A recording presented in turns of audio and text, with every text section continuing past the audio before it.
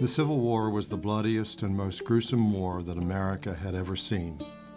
Over 600,000 Union and Confederate forces sacrificed their lives to defend what they believed the nation stood for.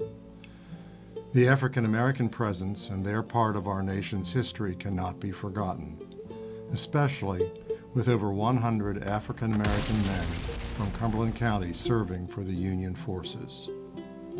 In July 1862, Congress authorized the use of African American troops.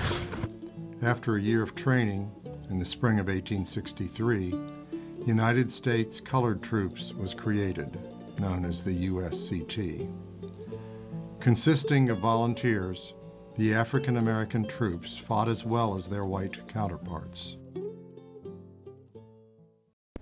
I think the most significant contribution of the colored troops was the notion of equality that they gave to all African Americans in the country.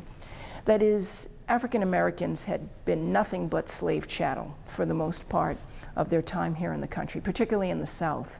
And for other African Americans to see their men, particularly, doing something professional, doing something worthwhile and honorable, really gave people hope for the future, that there would be true freedom. This is the story of 3 African American soldiers from Cumberland County who served the nation during the Civil War. John Stanton of Newville was a free black man who served in the USCT division of the military during the Civil War. Born in Carlisle on Independence Day, 1837, Stanton was heavily involved in the community. He worked as a blacksmith before and after his service with the USCT. Stanton enlisted at Camp William Penn on February 4, 1864, with Company K in the 25th Regiment. Although his service was brief, his journey around the country found him in the midst of action. In May 1865, he boarded the steamer Suwanee and headed for New Orleans.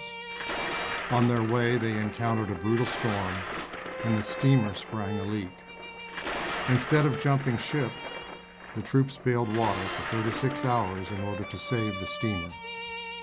Stanton was primarily stationed in Florida, but served on campaigns in Indiana, Texas, Louisiana, and North Carolina. In Florida, his main responsibility was reinforcement of Union-occupied forts. Stanton was mustered out on December 6, 1865 in Philadelphia due to a severe back injury. Stanton returned to Newville, married, and fathered 10 children. Alex Olmsted is another story to come out of Cumberland County. During the Civil War, Olmsted had been living in an orphanage when Johnson Allen took him to live with his family in Shippensburg. As the war progressed, more citizens were conscripted into the Army. Allen was one of them.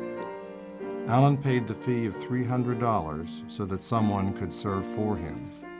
Olmsted served in his place. Olmsted survived his service and returned home to live with the Allen family in Shippensburg. The former slave, Henry W. Spradley, enlisted under the name Henry Williams to avoid being recognized. He was born in 1830 and served in Company G of the 24th USCT Regiment.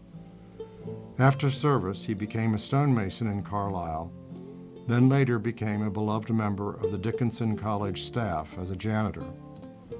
Spradley passed away on April 9, 1897, from heart failure.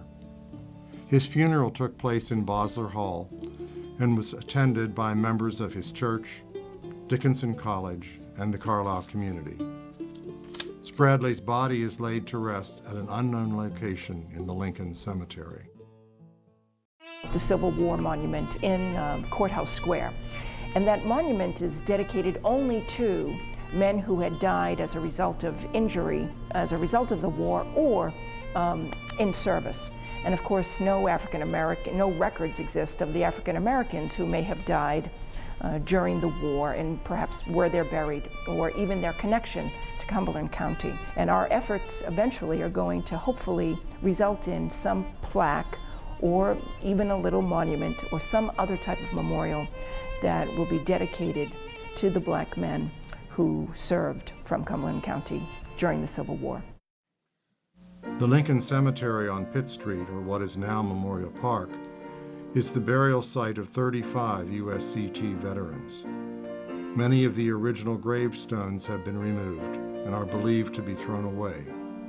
But the land is a final resting place for those who gave their lives that a nation might live.